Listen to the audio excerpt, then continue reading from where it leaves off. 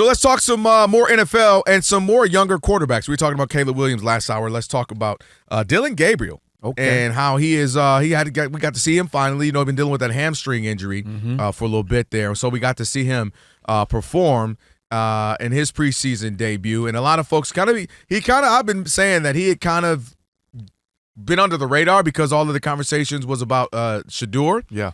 But he had 143 yards. He fumbled. Threw an interception that kind of wasn't his interception, but you know, obviously he's going to go in his stats. But and by the way, I got to give him some credit. Threw some lasers, threw some darts. He looked good throwing some of those passes in the tight coverage, and a lot of his I think you've been high on. Was it you? I do like Dillon. Yeah. A lot of folks who said, man, that's what he can do. So he did the best that he could there. But of course, it wouldn't be sports in 2025. If it wasn't for the other stuff. You thought we were just going to talk about him. Man, he's a great player. His performance. He did a good job. Yeah, he did a job. Yeah. You look at him. He was 143 yards. He was 13 for 18, 72%. Nah. It was what happened off the field that everybody talking. Here's what he had to say. You know, there's entertainers and there's competitors, and I totally understand that. And my job is to compete, and that's what I'm focused on doing. Of course, we're doing this mid-game, but you know, it's something that I'll get used to, and just want to be the best team that I can, and create an environment where we can all go do our best work. That's all we want to do. And social media lit your boy Dillon Gabriel up. They had a bunch to say about that. What? You taking shots at who? Shedeur? What we doing here? And hold on, Dillon Gabriel had to say, hold on. This is what I meant by it. This is what I meant. All about our team, you know what I mean, and each other. I would never make that, and I've said it before, that's why it's interesting. But for me, I've explained it. Entertainers are you all, competitor. That's what I am, and all my teammates, and we both have jobs to do. So that's it. And then social media debates have begun. Oh, my God. People wanted to know, was he taking shots at Shedeur, who he is competing with to be the number 2? If your name was Kelvin Washington and you were the coach, you'd be competing for maybe being the starter. Yeah. That's just me. We'll get to that in a minute because they also named Joe Flacco as quarterback 1. We'll talk about that in a little bit. No surprise there. Right. But I do have my points. I'd love to get your thoughts on that as well. But this is my thing with the Dillon Gabriel. Look, I do not believe that he was talking about Shedeur. Right. I wish he was talking about Shedeur because I could light into him. Right. I could have a big old thing. Oh, when the competition's on, you already throw your man under the bus. When the competition and lights are on, this is how you handle it. I would have loved to go on that route. But the more I reason and take a break and don't have to just go by what social media is telling me I got to say, and the more you dissect and, God forbid, do a little research, you realize Dillon Gabriel has said this before. Right. You know how folks have their mantras? This is my thing I stand on. This is the thing I believe. Him being a quarterback, you can tell he takes the position seriously. You can tell he wants to be good at the podium. And this is one of those things he's mentioned before. Right. And he was talking about entertainers. He was talking about people like me and you. Yep. Yeah, because you on this side now. You ain't on the field no more, Kerry. You ain't on the field I did no more. both. I did You both. now stay focused. You over here now. I'm here. Nobody want to hear about that. Okay, I'm I'll here. bring it up later when you play. But right now, you going us. Yeah. And so this is him saying, what, you know, that's that coach speak, that QB1 speak, right? We're locked in. This is what we do. It's all about us. We're only worried about our locker room, and we can only control the controllables and all those mantras and sayings and cliches you say. Right. And so that's what he was doing. But it was another lesson learned of you being podium ready in high school, you being podium ready in college is different than the pros. You being podium ready is different than the pros. You being the guy, you know, historically in college is a lot at Oregon. And Oregon's been a very successful program the last 20, 30 years.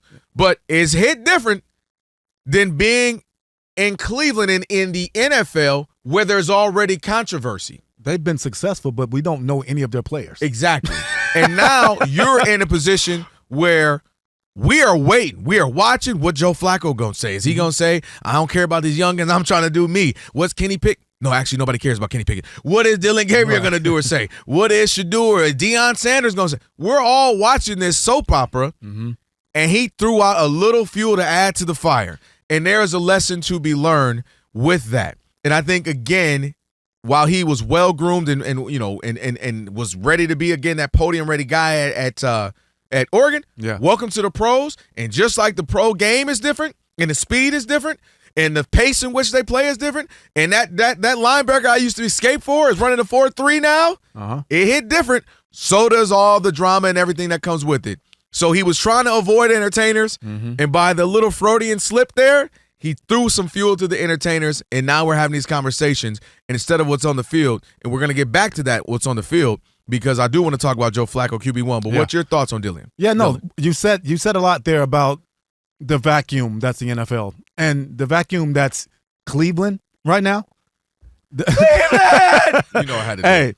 It's insane. Cleveland! So anything that happens or anything that's said, obviously it's going to be amplified, right? And so I don't think you have to watch what you say. I think there's like a misconception with that for athletes, right? As long as you're yourself, I think people are going to love you or hate you regardless. Take, for example, Marshawn Lynch, his interviews and stuff he did when he was talking to the media. He was solely himself. Either you liked it or you hated it, right? But being in between and doing the politically correct thing, when, especially nowadays with the coverage that they have in the NFL, you're not going to win anyway. So for me, I would tell any player that's going through training, if I was giving them training, obviously there are things and there are team principles that that your team stands by. So there are things you have to operate when it comes to that. But when it comes to you and you trying to get yourself or get your point across to whoever it is outside of your team, just be you, because everything you say is going to be picked apart anyway. So as long as you're being yourself and you can live with what you're saying and what's going on, do that. You don't have to worry about having the Freudian slip at that point, right? Like, no, I meant what I said, and I don't have to go back on it. You know I've said that this is who I am. So I think that's the part about media and kids and these guys, this new age NFL with so much coverage around it. Well, I think that, you know what happens, though? I think that comes with getting burned a couple of times like this, where you start to say, screw it. Yeah. I say I love Shedeur, y'all can say, no, you don't. Exactly. I say I hate Shedeur, you say, see, he a hater. So I might as well stand on business and say what I believe, and I believe, and stand on that. And I think that comes from getting burned. So I think he's going to learn that I'm going to say what I mean and mean what I say regardless. And obviously he did in his case, but I ain't going to be doing a lot of backtracking. Right. And honestly, it took, I may be different because, like, maybe for you it was being the player and they were interviewing you. You're a player now again. You're a former player now. I'm a player again now. Okay, cool. And maybe they were asking you questions and you were trying to do the perfect little thing. Of course. Or maybe it's now you on this side of things or being interviewed as an artist and whatnot. And I had to learn this. We're doing this on the mic. Well, I don't want to offend. And maybe it's like, man, this is how I feel. This is what I believe. This is my opinion. Right. And you have to be comfortable because right now somebody's going to say, man, you crazy. I hate you. Somebody else is going to say, man, you 1,000% correct. You want to be exactly saying what you believe, standing on that, and it be what it is. Say what you mean so nobody else can take it out of context anyway. 100%. So with that being said, though, Dillon Gabriel and now Shedeur as well both look solid. Gabriel throwing an interception, pick six, and also fumbling, which was absolutely his fault. But overall played pretty well, as did Shedeur. He played really well. So now you come out after that, when both the week prior, Shedeur, this week is Dillon, and now they say Joe Flacco's QB1, which was to be expected. We all thought that. Yeah. My thought and take has been this. This is where Rob and I disagree, and I want to get your thoughts on it. I'm straight on the recyclables. I'm straight on going back to my old girl that I done left, started again, left, then passed on. And now I'm going back to her again when I know what it's going to be. We're going to have a good 6 weeks, and then I'm going to be pulling my hair out again and wanting to get on and move on. That's Joe Flacco. You're going to have a good 6 weeks. You're going to be 6-11 with Joe Flacco. Oof. And he'll have 3 weeks in a row where you're like, see, that's what I'm talking about, baby. Playoffs. And then you're going to go, why is this dude starting? Similar to Indianapolis. And then you can, to me, my whole point is I'd rather start, if it's Dillon, fine. Let's get the Dillon Gabriel train rolling.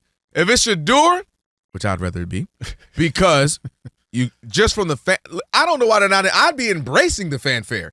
Fans are all in. Well, he's got the number 2 jersey. Ratings were up.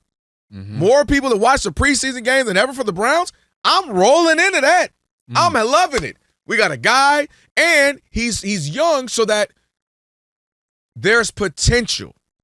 As long as he's progressing, Kerry, throughout the season, and even if we only go 6-11, but I see where we're going, a la you mentioned Peyton Manning last hour, and I'm not saying Shedeur about to be Peyton, but my point is, to me, I'd rather that with the young guy. And let's say Shedeur sucks and he goes 0 for 6 and just looking horrible. Yeah.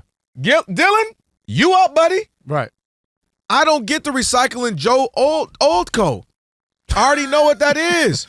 Well, and he's 2 years removed from taking y'all to postseason. He took you to postseason, you let him go. Yeah. Y'all said, thanks for no thanks, get out of here. And then you spun the block back and you want to get that to me. I don't see what the advantage is when I don't see it's going to be a winning scenario. And again, these quarterbacks are coming in with a bunch of starts. Yep. Coming in ready. Shedeur is about I'm not saying he's going to be great right off the bat. What I'm saying is experience-wise. Well, Kelvin, it's a lot of things, right? So, number one. Oh, Flacco? Number one, Flacco, they sent Flacco away at the demand of Deshaun Watson's team. Yeah. So, they didn't want to get rid of him. They wanted to keep him. There was a reason for that. So, that's number one, why he left. Number two, all that sounds good throwing those guys in there, and I think the expectations for the Cleveland Browns on the outside is pretty low because they're in the tough division. You know, they had a down season last year. But I think the core of that team is really good, and I think they can compete, and I think they can win a lot of games this year. Debate, right? But I think they have that talent. So you have a quarterback that took you to the playoffs a year and a half, 2 years ago, and you know what you're going to get from him. With the team that's ready, I'm gonna give him. Go ahead. Yeah, you do. You know, you already said he's gonna have 3 weeks where he's playing great, and he's gonna win 3 games for you, and maybe he loses one, but you know he can win games for you. So you have a team that's ready. You have a team that's ready, and they're gonna give themselves the best chance to win. And also, we don't know the leash for their head coach Kevin Stefanski either. So if he's in a win-now situation, you're not going young. You're going with a guy that can get the job done. So there's a lot of things around why he's there. See, everybody always says that. To me, it's the opposite. All right, it's the opposite. It's not just win with the Joe Flacco. He's an older vet and he's won before. Let me roll out the dice with him. To me, I think it's something else, and I'll tell you that when we hit the other side. You were saying, Kerry, you were asking me, or you were mentioning Stefanski feeling like the best way to win now because it could be on the hot seat is with Joe Flacco, and I get that. But I also feel like we often say that, and I always feel like if you get the young guy who's building something, doesn't that buy you an excuse? Like, look, we're coming. You know, we won the last 2-3 games of the season. Crowd's enthusiastic. He's starting to get it. Like, I'm telling you, next year, another offseason, couple of pickups here and there. Woo! We about to be. And I always felt like, why wouldn't that buy me time? Meaning, look, this is a young guy. This is just the beginning. You don't even know what's about to come. We on our way. It's like, why me looking meh with Joe Flacco? Why does that buy me a year? You get what I mean? Why me going 5-12 to 8-9, if you will, with Joe Flacco buy me a year? Whereas to me, if I'm brewing, stuff is looking good, we're heading in the right direction with whether it be Gabriel or whether it be Shedeur, it wouldn't that people have always said that, and I don't get that. Help me. I get what you're saying, but this is a hypothetical, though. They're in the room. They're there every day. Okay. They know what they have, and they know what their goals and their expectations are, right? Yes. Just because our expectations for the Browns aren't high doesn't mean that they don't feel that they have a team that can go out and win a Super Bowl, right? Now, obviously that's probably not happening, but if you have those internal goals and those internal that internal vision with the players that you have, and you think that Flacco is the guy that can steer that ship and give you a puncher's chance in the playoffs, you're going to take that. Because the hypothetical thing where look what we can have in the next couple of years just doesn't work in the NFL. It's just not. That's not the business for hypotheticals at all. We'll go get Joe Flacco. And you better get Mako while you at it as well. All of them. All right, let's we'll go out to Dick in Dayton, which sounded crazy. We'll go out to Dayton, Ohio. This is the Odd Couple. Dick, you're on with Fox Sports Radio. What's up, Dick? I like your story, what you said, but I watched the first exhibition with the Sanders and then Gabriel. Yeah. What an improvement. They just came there and last year it was, and I was hoping they would do good, but I'm surprised. I was, they've been starting Flacco, and the defense looked good. I think we have promise and hope this year, guys. I think if we, just concentrate, the offense and defense, it's kind of neat to see it, when you watch it on the TV a little bit. You know what I'm saying? Yeah. The best part, he said, look, we Defense, play offense, good special offense, teams, no play turnovers. we got a chance, Kerry. And the coach is coaching. Absolutely. And as long as the GM is GMing, we got a chance. And the fans are fans. And everybody all else. of it, and the TV is TVing and everything. Wait, why do we start turning the camera on? I keep the computers puting. Right. So no, but again, I'm just not to me, 40-year-old Joe Flacco, who's already been. I understand it. He knows the system. He's been here. He's He's been with the organization. I totally get that. Right.